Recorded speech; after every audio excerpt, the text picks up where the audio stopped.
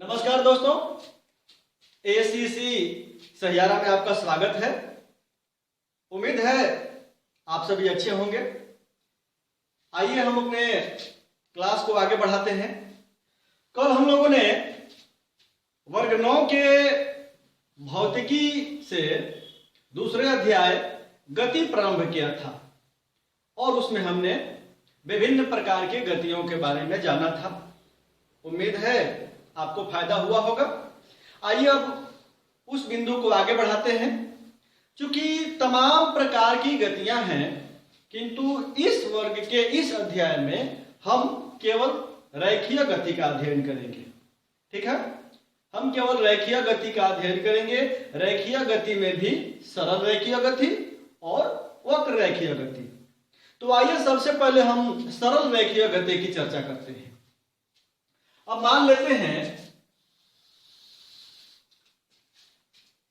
कि इस सरल रेखीय पथ पर कोई कण या कोई गतिशील वस्तु किसी बिंदु पर उपस्थित हो। अब आपको बताना हो कि उस पथ पर वो वस्तु कहां है। तो इसे बताने के लिए हम किन किन तथ्यों का प्रयोग करेंगे। आज हम इस पाठ में यह सीखेंगे कि हम किन किन तथ्यों से किसी रेखीय पथ पर किसी वस्तु की स्थिति का स्पष्ट निर्धारण कर सकते हैं।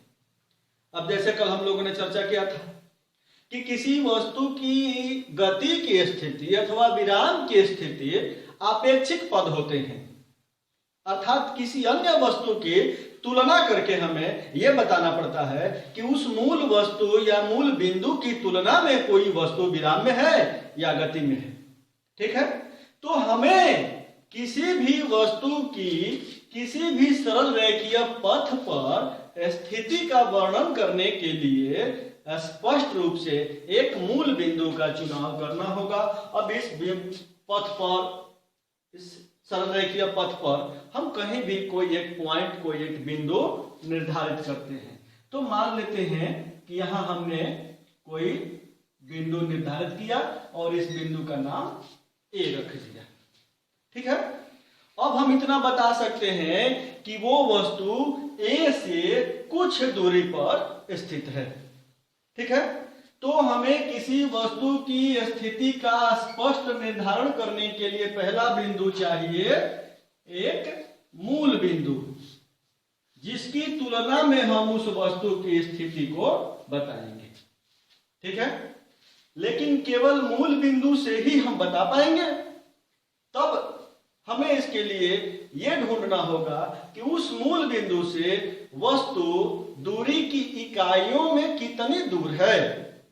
अब मान लें कि हम 1 इकाई, 2 इकाई, 3 इकाई, 4 इकाई, 5 इकाई, 6 इकाई निर्धारित करते हैं कि मूल बिंदु से वस्तु 6 इकाई की दूरी पर है। ये 6 इकाई संख्याक हो गया, मात्रक हो गया। तो हमें वस्तु की स्थिति का वर्णन करने के लिए मूल बिंदु के साथ साथ संख्याक और मात्रक या इकाई की आवश्यकता पड़ती है। जैसा कि पहले अध्याय में आपने पढ़ा था कि किसी भी राशि का वर्णन करने के लिए आपको कम से कम संख्याक और मात्रक, इन दो तथ्यों का उल्लेख करना अनिवार्य होता है। यहां भी हम इस वस्तु की स्थिति, इस पिंड की स्थिति एक मूल बिंदु से चुनते हैं। तो पहले हमने मूल बिंदु का निर्देशन किया, उसके बाद हमने देखा कि 7 इकाई या 6 इकाई की दूरी पर वह वस्तु इस मूल बिंदु से स्थित है। इसके बाद यदि हमसे यह पूछा जाए कि वस्तु उस मूल बिंदु से 7 कदम या 7 इकाई किस दिशा में है, स्पष्ट है कि जब तक आप इतना नहीं बता पाएंगे कि किस दिशा में, दिशाएं अनंत हैं, किस दिशा में है, तब तक उस पिंड का सटीक विवरण नहीं कहा जाएगा। तब आपको उसके लिए दिशा बताना अनिवार्य होगा। कैसे दिशा बताएंगे? आपने संख्या रेखा पढ़ी है। संख्या रेखा पर 0 को मूल बिंदु माना जाता है और उस शून्य से जितनी राशि, जितने कदम आप दाईं ओर चलते हैं, उस दिशा को आप धनात्मक मानते हैं। ठीक है। और उस मूल बिंदु से जब आप बाईं ओर चलते हैं तो इसे आप ऋणात्मक मानते हैं। स्पष्ट है। यहां भी आप वही कार्य करेंगे जो आपने मूल बिंदु लिया हुआ है। इस मूल बिंदु से दाईं ओर की दिशा को आप धनात्मक दिशा कहेंगे और बाईं ओर की दिशा को आप ऋणात्मक दिशा कहेंगे। तब तथ्य निकल करके आता है कि आपको किसी वस्तु की स्थिति का स्पष्ट वर्णन करने के लिए मूल बिंदु संख्यांक के साथ साथ दिशा का बोध कराना पड़ता है। अब देखिए कि यदि कहा जाए कि यह कण, यह वस्तु कहां स्थित है, आप कहेंगे कि मूल बिंदु से 6 इकाई दाईं ओर स्थित है। सोचिए कि आप किसी ट्रेन में या मान लें कि बस में बैठकर आरा से पीरो की दिशा में आ रहे हैं। सोचिए आप आरा से किसी बस में बैठकर पीरो की ओर आ रहे हैं। आपके घर से कोई फोन करता है आपकी खबर लेने के लिए कि आप इस समय कहां हैं। बताइए आप क्या कहेंगे कि बस में बैठकर पीरो की ओर आ रहे हैं। एक जवाब आप ये दे सकते हैं। दूसरा जवाब आप ये दे सकते हैं कि हम बस जस्ट उद्वंत नगर से 1 किलोमीटर पहले या 1 किलोमीटर उत्तर दिशा में हैं। सोचिए आपकी स्थिति का सटीक वर्णन हो जाएगा कि नहीं। तो इस तरह किसी सरल रेखीय पथ पर किसी वस्तु की स्थिति का स्पष्ट वर्णन करने के लिए आप इन 3 बिंदुओं का उल्लेख करेंगे। सबसे पहले आप ढूंढेंगे मूल बिंदु, उसके बाद उस मूल बिंदु से एक निश्चित मात्रक में संख्यांक जिसे आप कहेंगे दूरी, और तब तीसरा पॉइंट आप स्पष्ट बताएंगे कि उस मूल बिंदु से इतनी दूरी पर, इतनी दिशा में, तब जाकर के आप किसी वस्तु की किसी रेखीय पथ पर स्पष्ट स्थिति का वर्णन कर सकते हैं।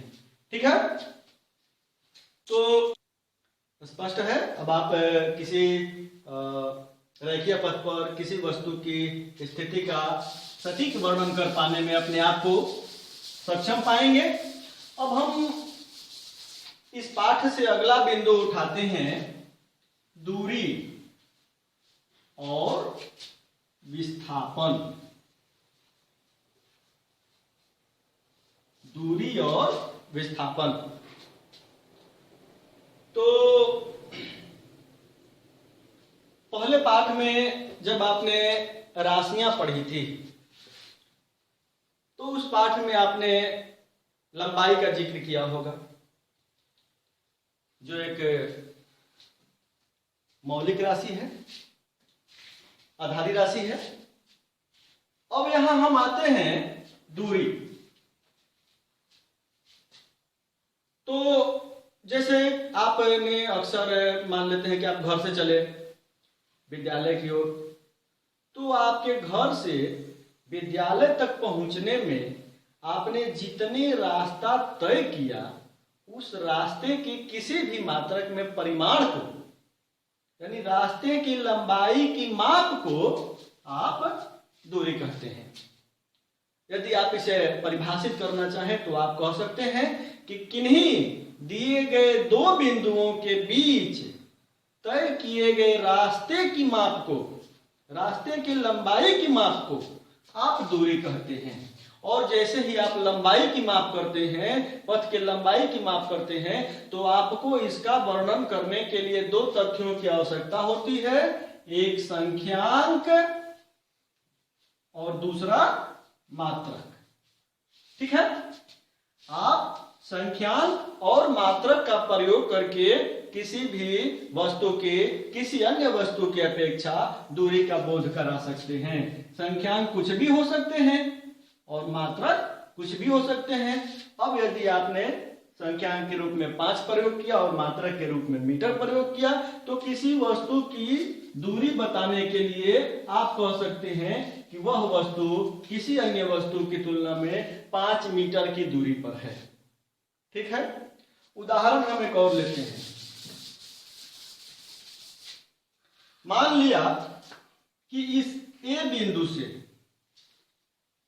एक लड़के ने पूर्व की दिशा में चलना शुरू किया। ठीक है, इस ए बिंदु से यह लड़का पूरब की दिशा में चलता हुआ 10 मीटर की दूरी पर गया और वो वहां से अपने बाईं ओर यानी उत्तर की दिशा में मुड़ा और उत्तर की दिशा में मुड़कर उसने फिर 10 मीटर की दूरी तय की। ठीक है, और वो वहां से फिर अपनी बाईं ओर मुड़ा और बाईं ओर लंबवत मुड़कर वो, या आप कहें कि पश्चिम की दिशा में 10 मीटर की दूरी तय किया। ठीक है, अब यदि आपसे पूछा जाए कि वो लड़का जिस बिंदु से चला था उस बिंदु की तुलना में अब कहां पर है, ठीक है, तो आपके उत्तर दो तरह के हो सकते हैं। आप कहेंगे कि उस लड़के ने कुल 30 मीटर की दूरी तय की, अतः वह अपने मूल बिंदु से 30 मीटर की दूरी पर है। सही बात है। तब आप रास्ते की माप करते हैं और बताते हैं कि वो 30 मीटर की दूरी पर गए। किंतु सोचिए, क्या वो अब अपने मूल बिंदु से 30 मीटर की दूरी पर है? वास्तव में वो अपने मूल बिंदु से 30 मीटर की दूरी पर नहीं है, बल्कि आप स्पष्ट रूप से देख रहे हैं। आप कहेंगे कि वो अपने मूल बिंदु से यदि सीधी रेखा में मापा जाए, यानी उसकी प्रारंभिक स्थिति और अंतिम स्थिति को सीधी रेखा में मापा जाए, तो हम पाएंगे कि वो मात्र 10 मीटर की दूरी पर है। ठीक है, वो मात्र 10 मीटर की दूरी पर है।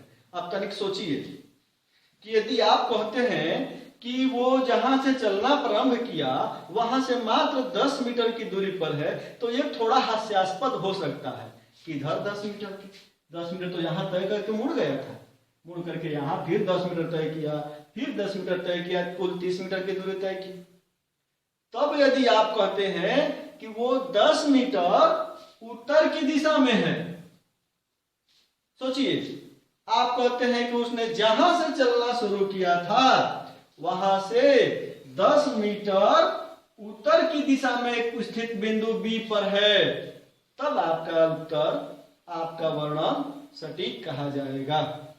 ठीक है, तो अब हम ए से बी के बीच की दूरी को जब हम मापते हैं तो एक तरफ आता है कि उसने जो रास्ता तय किया है उस रास्ते की कुल माप 10 + 10 + 10 यानी 30 मीटर है।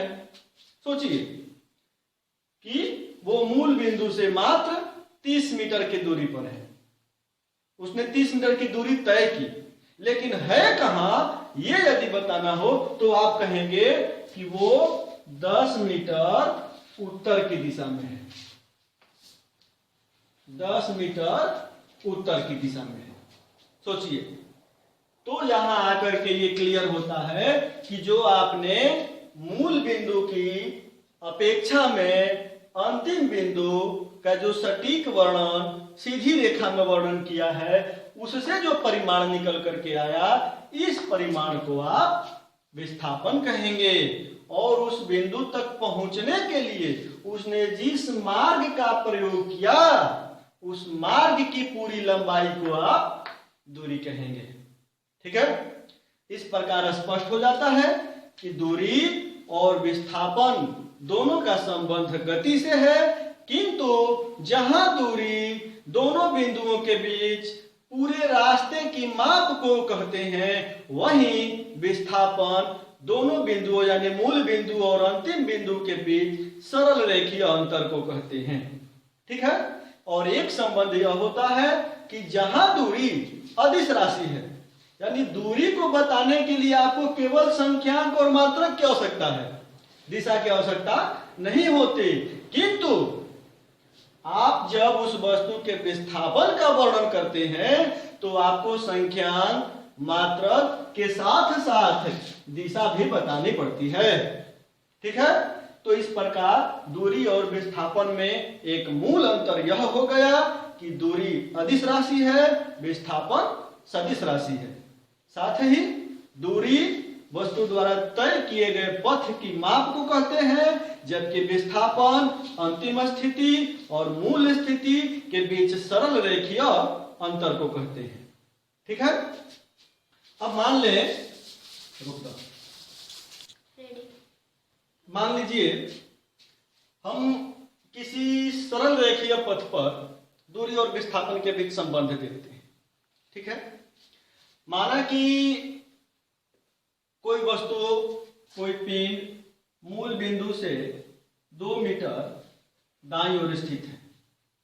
ठीक है, इसकी पहली स्थिति को याद रखेंगे कि किसी सरल रेखीय पथ पर किसी वस्तु की स्थिति का वर्णन हम लोग संकेत x से करते हैं।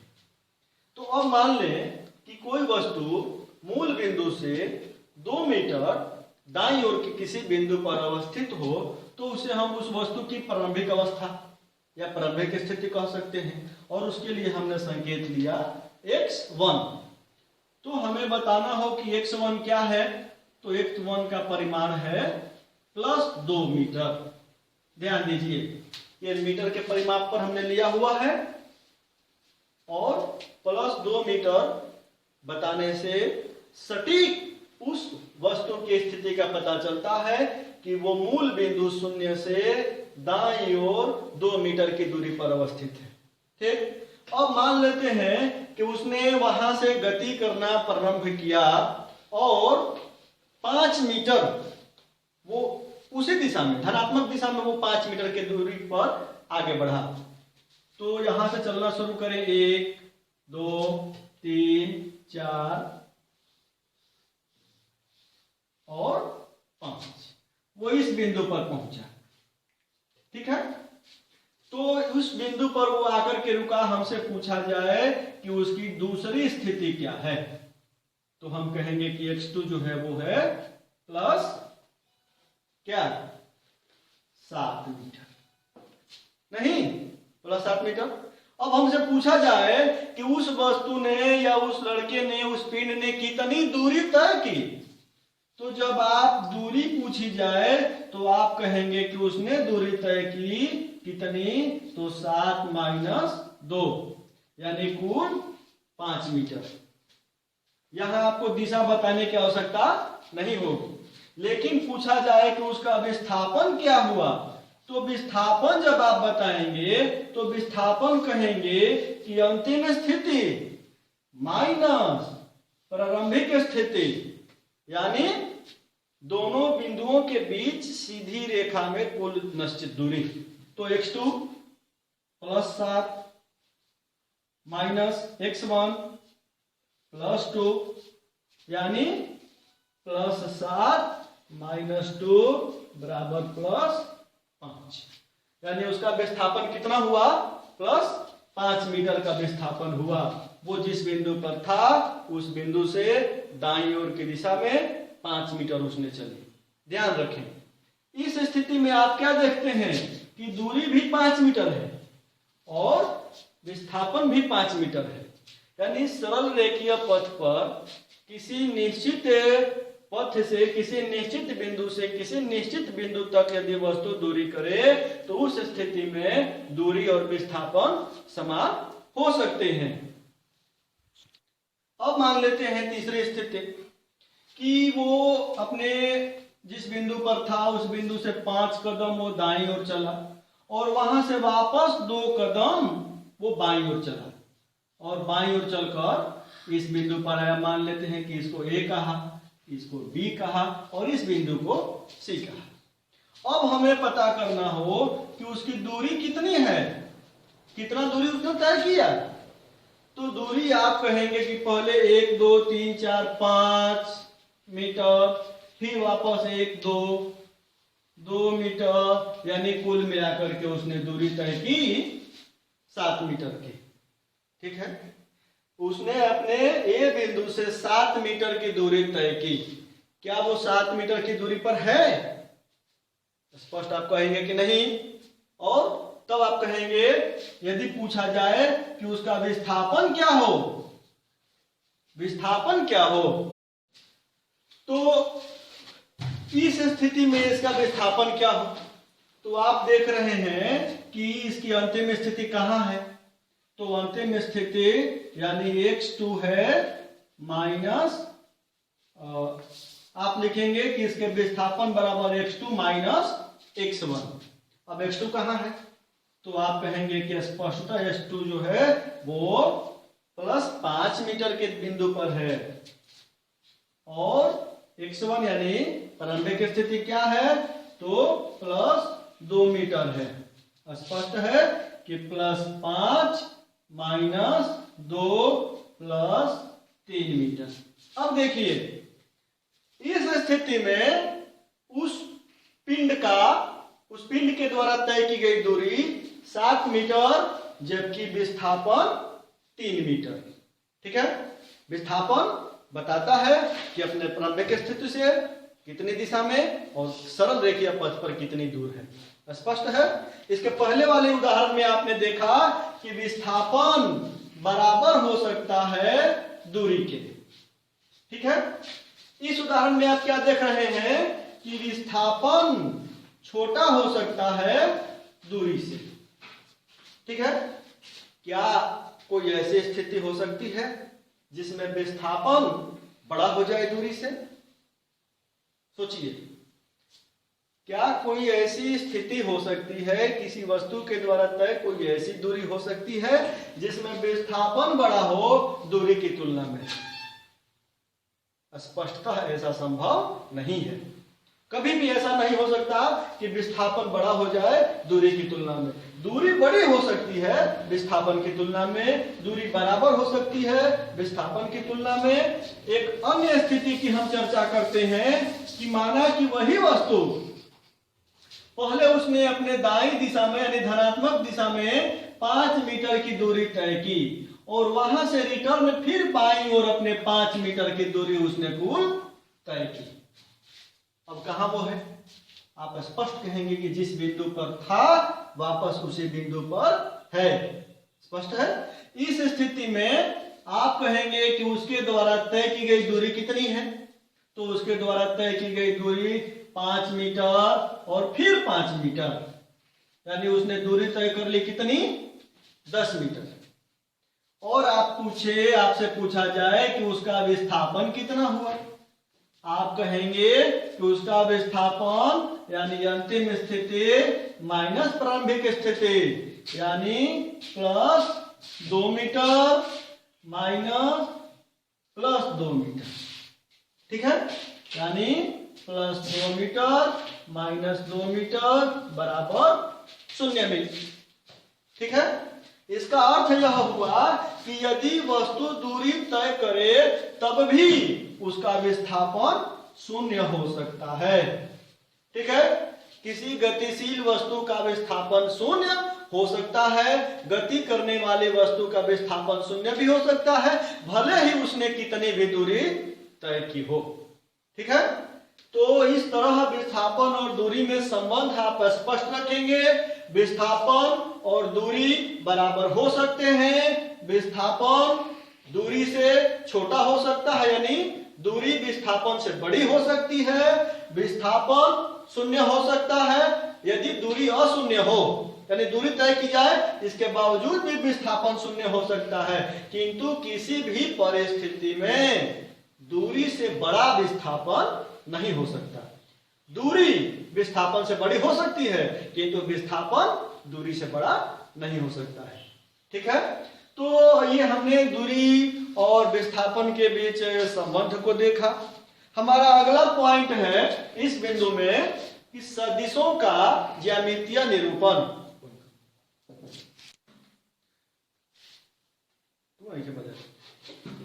तो सदिशों के ज्यामितीय निरूपण के लिए हम ग्राफ का जो निरूपण करने की पद्धति होती है उसी का प्रयोग करते हैं।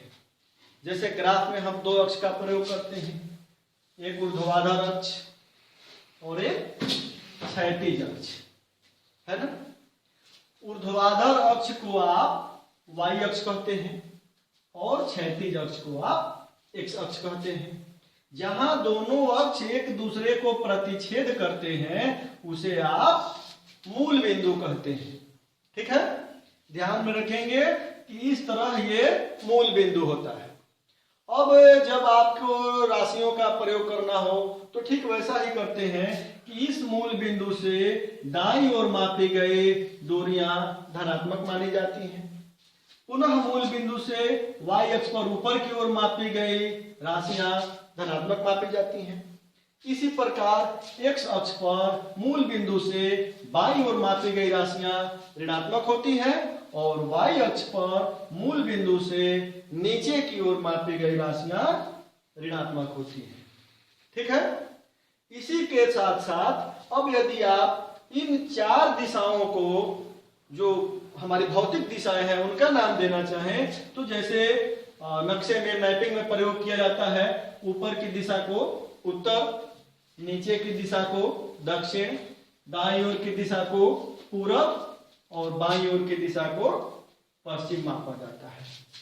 ठीक है, अब ये जो उत्तर की दिशा है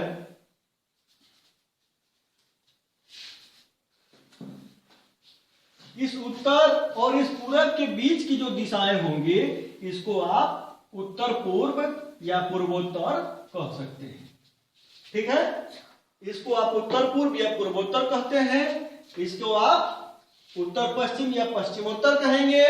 इसी तरह दक्षिण पश्चिम और इधर दक्षिण पूर्व दिशा का प्रयोग करेंगे।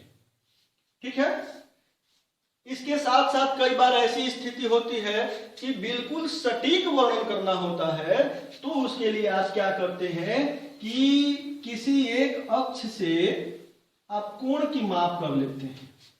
अब मान लेते हैं कि हमें इस बिंदु को बताना हो कि यह बिंदु मूल बिंदु से कहाँ है, किस स्थिति पर है, तब इसके लिए हम इस बिंदु से सीधी रेखा अक्ष तक ले आते हैं। अब माप लेते हैं, मान लेते हैं कि 4 इकाई। इसके बाद किस दिशा में है तो हम मानते हैं कि उत्तर को अगर मूल दिशा मान करके कोण बनाते हैं और ये कोण मान लेते हैं कि 60 डिग्री का आता है। तब यदि हम कहें कि वह जो बिंदु है वो मूल बिंदु से 60 डिग्री उत्तर पूर्व की दिशा में, उत्तर पूर्व की दिशा में 4 मात्रक की दूरी पर है तो उस वस्तु की स्थिति का सटीक वर्णन हो जाता है। ठीक है, तो इस प्रकार आप ग्राफ पर या ज्यामितीय तरीके से सदिश राशियों का निरूपण कर सकते हैं।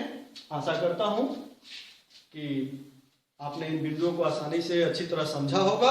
फिर भी यदि कहीं कोई कठिनाई आपको महसूस हो तो आप कमेंट कर सकते हैं। आज के लिए हम इतना ही रखते हैं। धन्यवाद।